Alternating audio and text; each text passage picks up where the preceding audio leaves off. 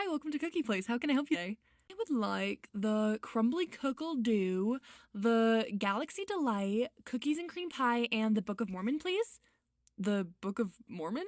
I don't know if you guys know this, but your favorite cookie places may be run by Mormons, aka members of the Church of Jesus Christ of Latter-day Saints. What a mouthful. And you may not know this about me since we just met, but I used to be Mormon. I used to work at the cookie place. I can't say the name because I'm scared of the Mormons' finances and therefore their ability to sue me. When I was 16 years old, fresh out of high school and looking for a job, the cookie place came to my mind. It had just opened in my hometown, so I was like, okay, they probably need people. I bet they'll take my own care or whatever. I'll just work there. All Mormons know each other, and I knew several people who worked there already. Mormons also have nepotism privileges. Yay!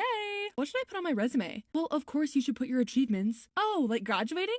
No, you dumb. You were Young Women's President. I got the job. And my resume looked like this. Young Women's President. Honor Bee. Young Women's in Excellence Award. I was a reputable Mormon, to say the least, and it got me the job. But God, I cringe so much looking back on this, like, why? My job at Cookie Place was pretty simple. Shape the cookies, weigh them, plop them on a tray. Like, that's literally it. I wasn't even allowed to put them in the oven, which I remember thinking was criminal, given that I baked all the time at home. And by all the time, I mean, like, I would make toast and like cookies on occasion and some brownies from a box mix, but still I baked. Like I put things in the oven. I was allowed to touch the stove in my house. And I remember my boss was super strict about the little scorch marks that would be on the pans. Like if you touch them and then put your hands in the bowls, it could make the cookies have like little dark spots on them.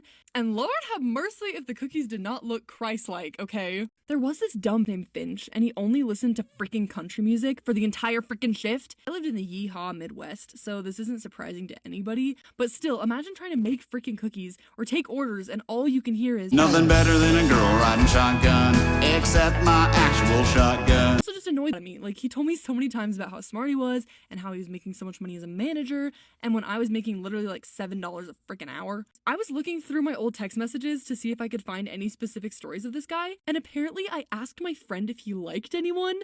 Did I have a crush on this guy? Oh my God.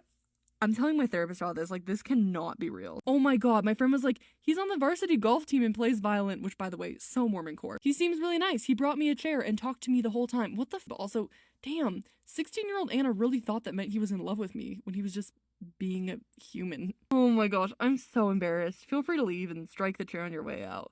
To the best of my knowledge, I remember him being annoying, but I hope he's matured since then, and I hope that if he's watching this, he knows I never had a crush on him, and I was just hoping to have a crush of the week so I could feel normal. I have another confession. I don't like Cookie Place cookies. I'd like to make a formal apology to the cookie community and just say they're just a lot. By the end of my time at Cookie Place, I was ready to never look at a cookie ever again.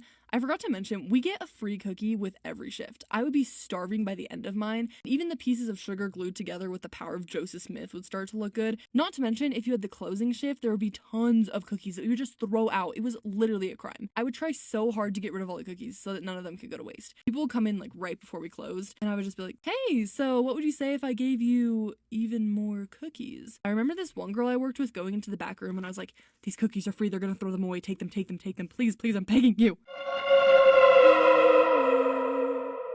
What are you doing? Just selling cookies? You know we throw them away, don't you? Yeah, I mean, I get it, you don't understand. We have to throw them away. We have to. Why? What are you afraid of? Where's the country music gone? We have to feed the boss. We must feed them. So yeah, that happened a couple times. I just hated throwing things out, but my family loved all the free cookies that they got. And that's another thing. Being freshly 16, I didn't have a car, so my mom literally would pick me up from work. Can you imagine anything more embarrassing? Hey, bestie! Oh my God, let me tell you about work today. That was actually pretty chill. My mom's cool. I was not there for long, like maybe a month at the most. When I got my first paycheck, I finally realized how much money I was actually making, which was nothing. $200 maybe for weeks of hard work. And the Lord heard me say that and I got fired. Now, I actually just got a job at the local community college, and that would be way more convenient when school started since I, again, didn't have a car and I would be over there anyways. Hey, I have to put in my 2 weeks notice, so here. 2 weeks notice? Is that okay? Why, of course. Why wouldn't that be okay? I'm scared. We never let workers go when they fall away. How was your last day, Anna? I think it's time to leave Mormonism. Sponsored by Mormon Cookies. We promise not to convert you to our religion.